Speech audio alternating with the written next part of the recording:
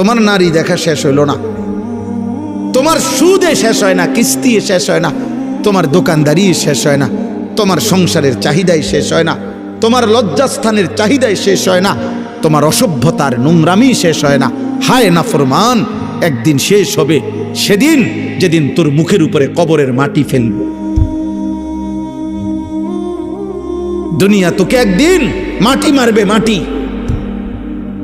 তোর নাতি তোকে একদিন মাটি মারবে, কবরের মাটি ছুড়বে। আল্লাহ নবী সাল্লাল্লাহু আলাইহি সাল্লাম বলছেন, লা ইয়ামলা আফাহু ইল্লা তুরাব। আল্লাহ তাআলা বলছে দুনিয়া লুভির মুখ পূর্ণ হবে না কোনোদিন মাটি ছাড়া, মাটি। ওর মুখে মাটি মারবা, কবরের মাটি, কবরের মাটি।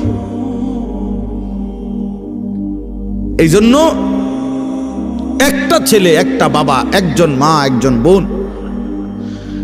প্রত্যেকেই এই চূড়ান্ত টাইমার আর মাত্র অল্প কয়েকটা দিন। সারা পৃথিবীর মোমেনের ইন্তেজার মাহে রমজান। এই মুহূর্তে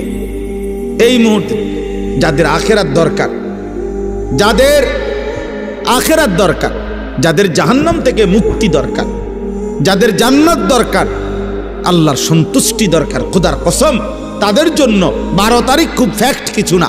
12 তারিখের আগেও পৃথিবীতে নির্বাচন হয়েছে বাংলাদেশে, 12 তারিখের পরেও বাংলাদেশে নির্বাচন হবে। 12 তারিখে যারাই নির্বাচিত হবে 5 বছরের মেয়াদেই নির্বাচিত হবে। অতএব এটা খুব মারাত্মক ভয়ঙ্কর কিছু, আহামরি কিচ্ছু এমন কিছু না। এটা চলমান একটি প্রক্রিয়া। এভাবে নির্বাচন আগেও হয়েছে, এখনো হবে, সামনেও হবে।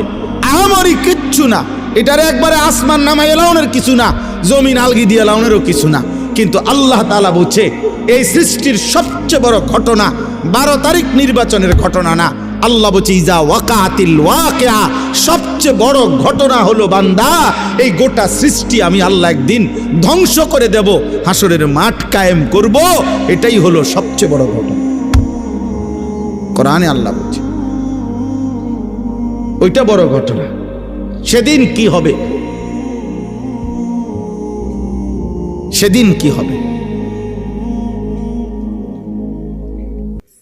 ফাইদা বারিকাল বাসার ওয়া জুমিআ আশ-শামসু ওয়াল কামার। আল্লাহ তাআলা বলে প্রতিটা চোখ ইসরাফিল ফু দিলে, চোখের সামনে মানুষ যখন গুলো দেখবে আসমানটা ভাঙতেছে, কোটি কোটি তারকারাজি খসে খসে পড়তেছে, পাহাড় উঠছে, জমিনের মাটি